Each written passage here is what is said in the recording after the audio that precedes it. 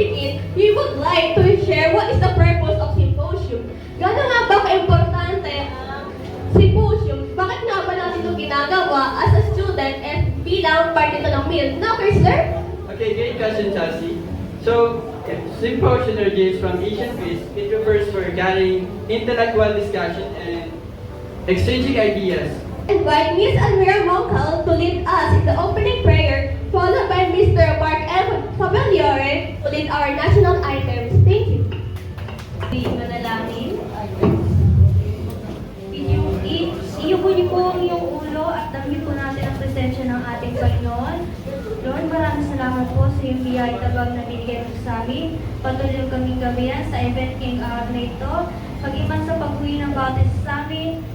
At sa speaker po namin, O God, hallelujah Lord. Maraming salamat po sa mga naghanda at sa mga bisita po namin na umattend kayong symposium. Maraming salamat po. All the glory be to the name of Jesus, Lord. Amen.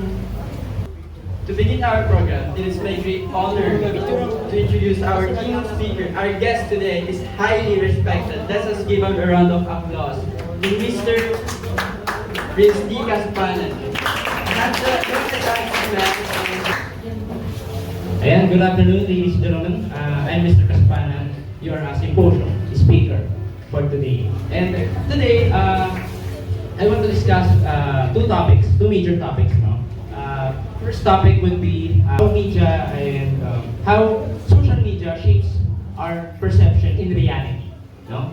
So the second point would be what is the role of MIL in combating these social media problems? No? So, before I start, I would like to thank God for this opportunity to speak in front of many people and to have the audacity to speak. No? I would like to acknowledge my group mates who made this symposium even more possible. And lastly, to our judges, to our panelists, to my MIL teacher, Ma'am Angel, and to those of you who are tuning in this afternoon, thank you very much. Woo! I'm so glad. No? Okay, next. We have the first topic that I want to share with you is that how social media shapes our perspective in reality. No? In the past 21st century, we saw that social media has a positive impact, especially on communication, education, and etc. No? So, but if you are going to look at it from a different vantage point, we can say that social media has a negative impact, and it can shape our lives, and it shapes our how we are going to view the reality. No? So, okay, the first point that I wanted to share with you is that the echo chambers and the filter bubbles. Okay, is any one of you are familiar with this unfamiliar words? Anyone? Okay, so these kinds of words are very unfamiliar. So let me discuss it. So in order for us to let us tackle this one by one. So to understand it further. No? So the first one is filter bubbles. Filter bubbles isolate you in a personalized information world. Okay, the second bullet would be algorithms decide what you see based on your behavior. Okay, so basically, when we say algorithms, it's actually a step-by-step process, no? That it's like a recipe that we are putting in the computer, no? So it's very hard to comprehend. But the second bullet would tell us that the filter bubble. So in order for us to better understand these concepts, no? We have the data collection. The data collection begins with when you when you search in the Facebook, no? In the search bar, no? When you have searched everything in the Facebook, then that data would now go to the algorithmic filtering. Now, the algorithmic filtering will personalize your data, no? So that's why that explains us that why we have the contents that we see online is based on the things that we have searched earlier or before, no? Did we get it? Did you feel it? Okay, next. So social media shows content social media shows content similar to what we already like or agree with. No, the algorithm tells or shows us the things that we have been associated with. No, the things that we are followed and etc. No, and it leads to echo chambers. No, what do you mean by filter bubbles? Filter bubbles, it happens when you are imagine you are in the place that you are locked in the room. No, what will happen to you if you stay? You don't listen to other people, but only to yourselves. That is very dangerous, ladies and gentlemen. Because if you are only to see that you are being one-sided hearing, no? So what will happen to you next is that you can become biased on what you believe in, and you will be easily persuaded by the things that you have seen, and you don't acknowledge the different vantage point. No? Okay, next. Okay, so as a result, we may think everyone shares our views. So, like I said earlier, and that the different perspectives are ignored or unseen because you are now caged in the filter bubbles. No? Okay, next. Okay, social comparison and self-image. So, very self-explanatory, but let us define this. No? So, next. Okay, social media shows highlight reels, not real life. We compare ourselves to idealized images. So actually, it can lead to low self-esteem and unrealistic expectations. Influencers are perception of beauty, success, and happiness. Did you know Rendon Labrador? No. So Rendon Labrador is actually he has a good physique. No? He is a bodybuilder, and that causes a lot of if you are a social media user, you can have a low self-esteem and you can be depressed because of that, because you don't meet the expectation. No? So, yeah, that's why we have to focus on ourselves and not to other people. Okay, next. So, yeah, this picture shows that the online shows the idealistic pictures, no? And we show that in real life, it doesn't. No? So don't pretend.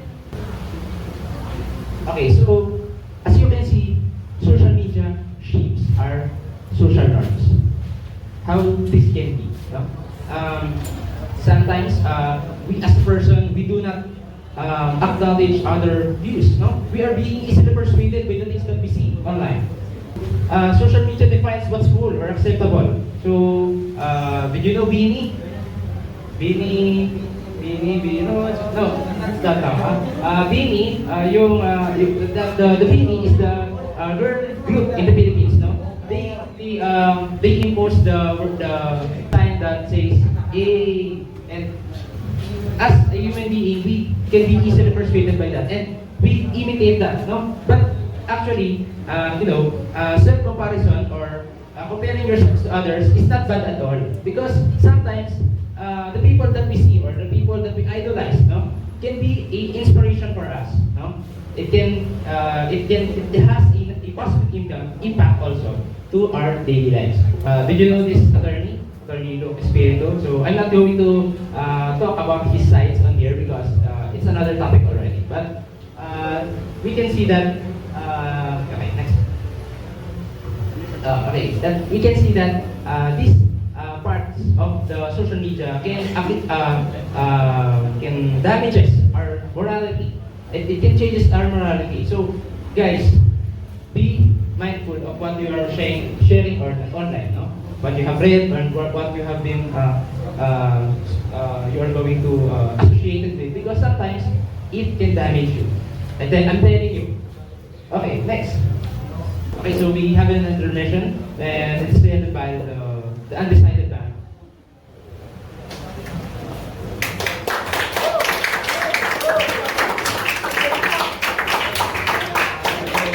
So let's give a little commercial break for our audience and of course to our speaker. Then once again, Prince Kasupalan, thank you so much for your wonderful words. We would like to present Chinito by Yendo Santino to be performed by Miss Almira as a vocalist and Mr. or Mrs. Bona Antaso and Mr. J.B. Cabrillo.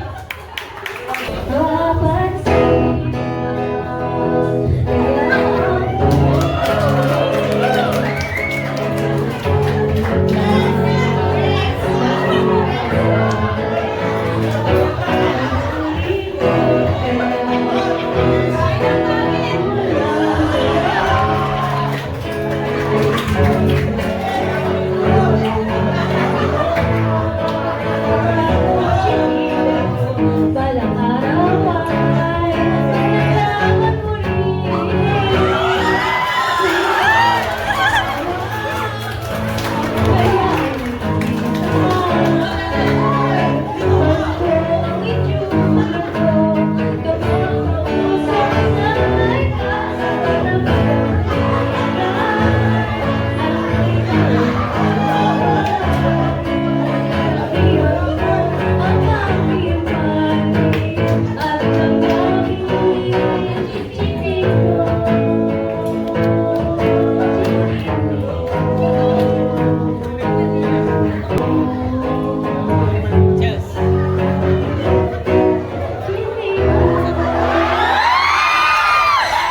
Your ears for another round of speech.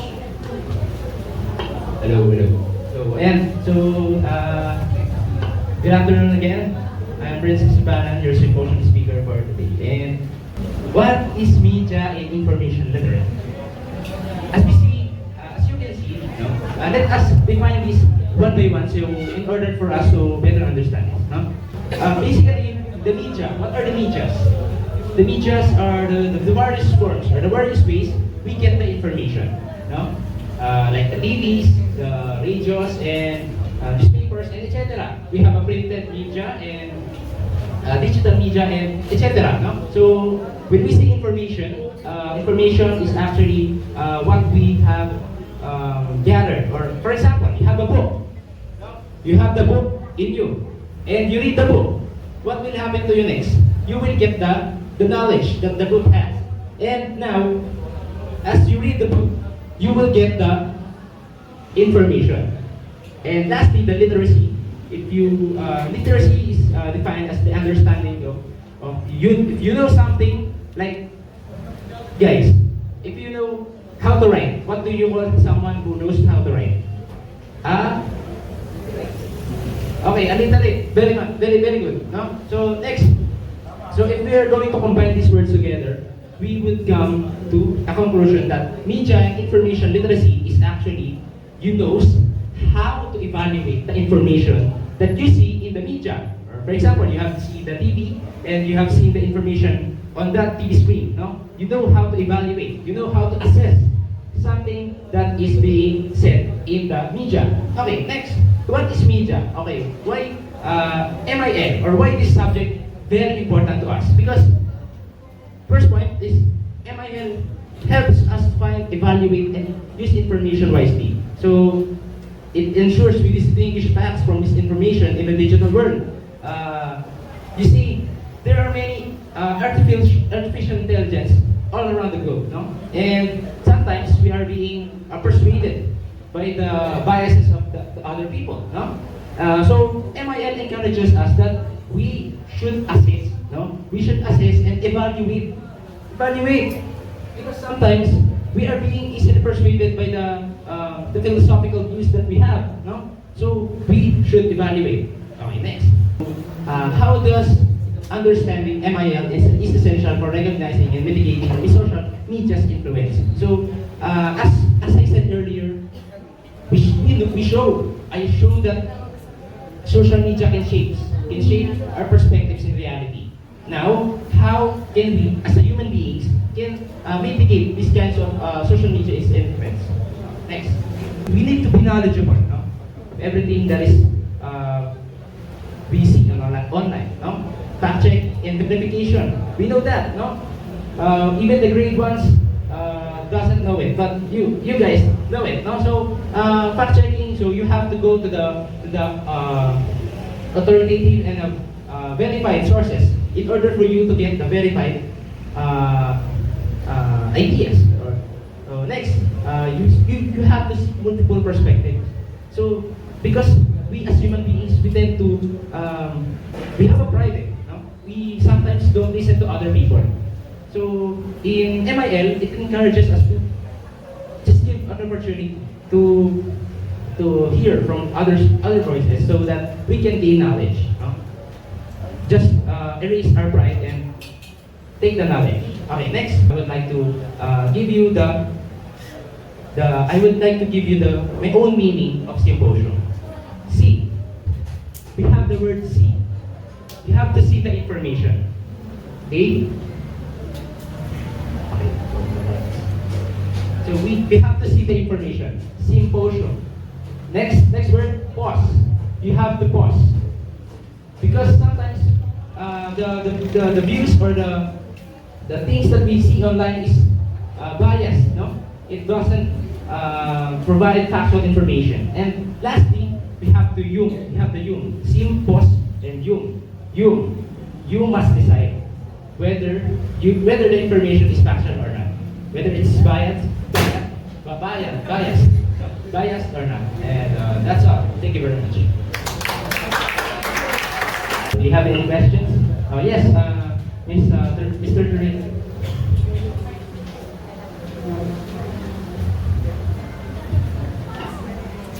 Since the 3 points before the intervention showed us the negative side of it, can you give us the positive side of it, except from being media and information literacy or media literate? Can you clarify the question?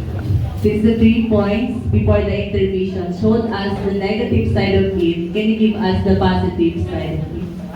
Okay. So, you see, social media can, as I said earlier, it has a positive impact. Like, now if you are going to see online, or if you are going to see the information, it can inspire you. No? That's the positive side that I want to give you. That sometimes self-comparison is not bad at all. No? Well, you need to use that.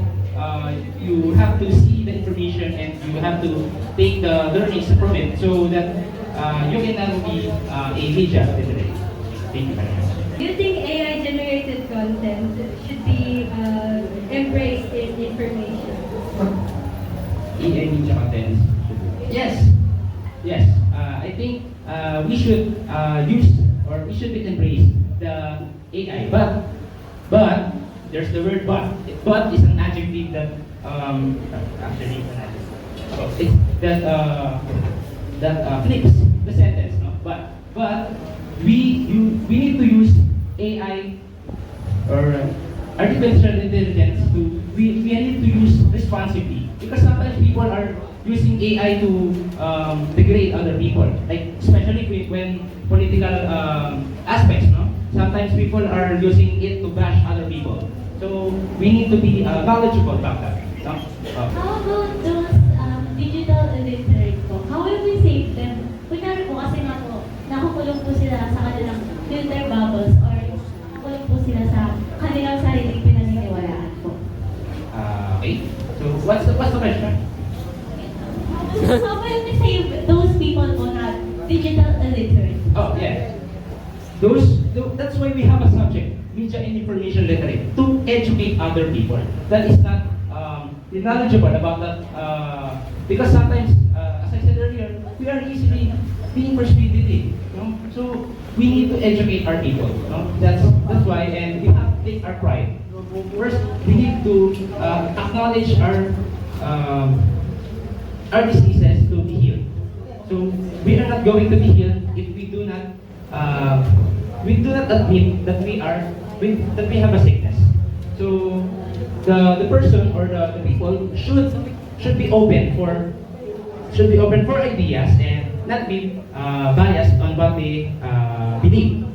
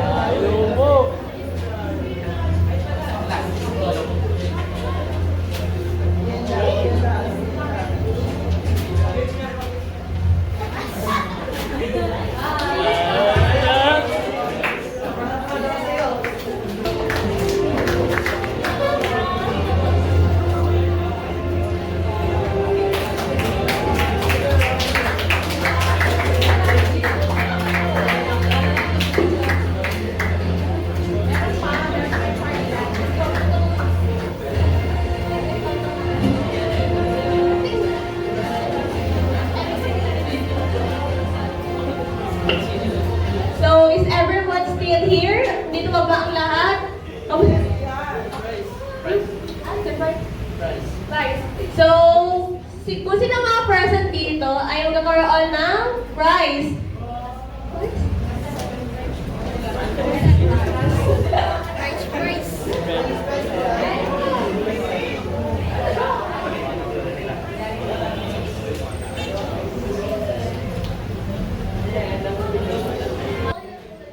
Na i-share dito ang kanilang natutunan, magkaroon dito ng prize. Doon tayo may prize. So, may willing ba mag-share ng kanilang natutunan for this event? We have a prize here na prepared na. So, we would like to hear your thoughts kung ano ba natutunan nyo and insights about this symposium event.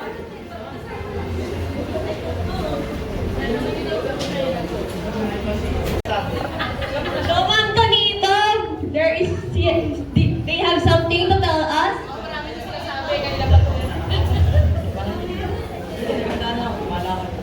Okay, sige, good afternoon. In relation to navigating the digital world, understanding media and information literacy, okay, in connection to the upcoming election, how are you going to understand the digital world in this upcoming election with the use of media? However, how are you going to apply your understanding when it comes to media and information literacy when it comes to the upcoming election? How are we going to use the apps you have said in order for you to choose the better ones? Okay, so, you see, Facebook, like Facebook. Facebook is actually a tool that we can hear. It shows us if the candidate or it will show us the guidelines. If the candidate is, is he the best person that we have to vote, no? So yeah po. The Facebook. So Facebook will show us that if we are going to look for if we are confused on what we are going to vote or who we are going to vote, we should like I said earlier, we should verify or if the people or the people who does or who have advices on that specific politician, we should look for the guidelines. So that serves as the guidelines for us. So in order for us to vote wisely. Okay, so meaning to say, if a politician will use different kinds of apps to get the votes of the people, so you are not under the design. So you're going to research about the facts. If they're presented in the TV, are verified true. Is that what you're saying? Okay, so thank you. Another question.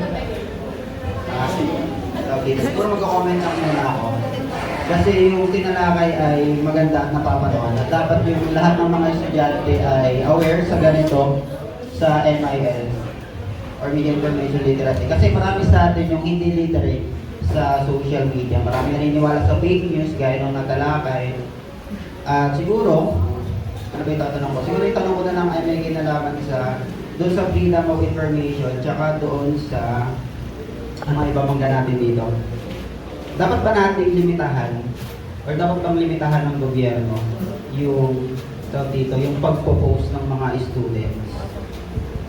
Or dapat nating panatilihin yung freedom of information talaga?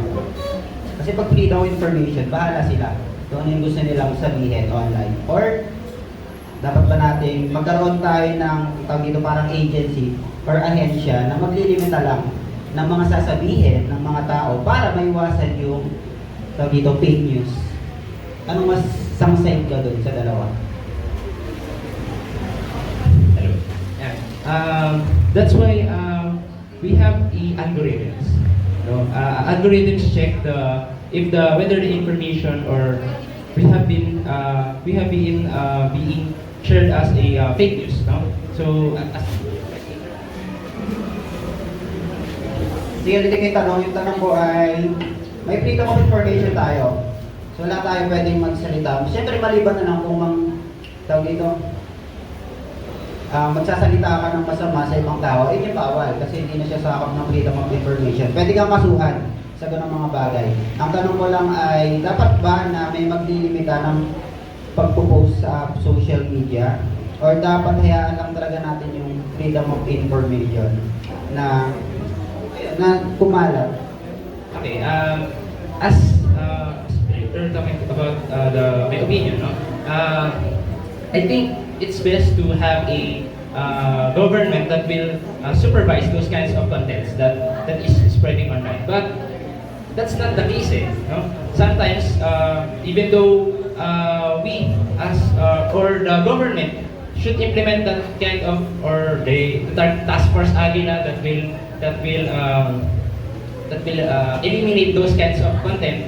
Sometimes people would actually give their own opinion and they hide it from the government. So I think the best way we can do it is that we should educate our people and not force them to have a although it's very idealistic to say that we have a government that like that, but for me I think it's better to educate the people than to force them to think that they're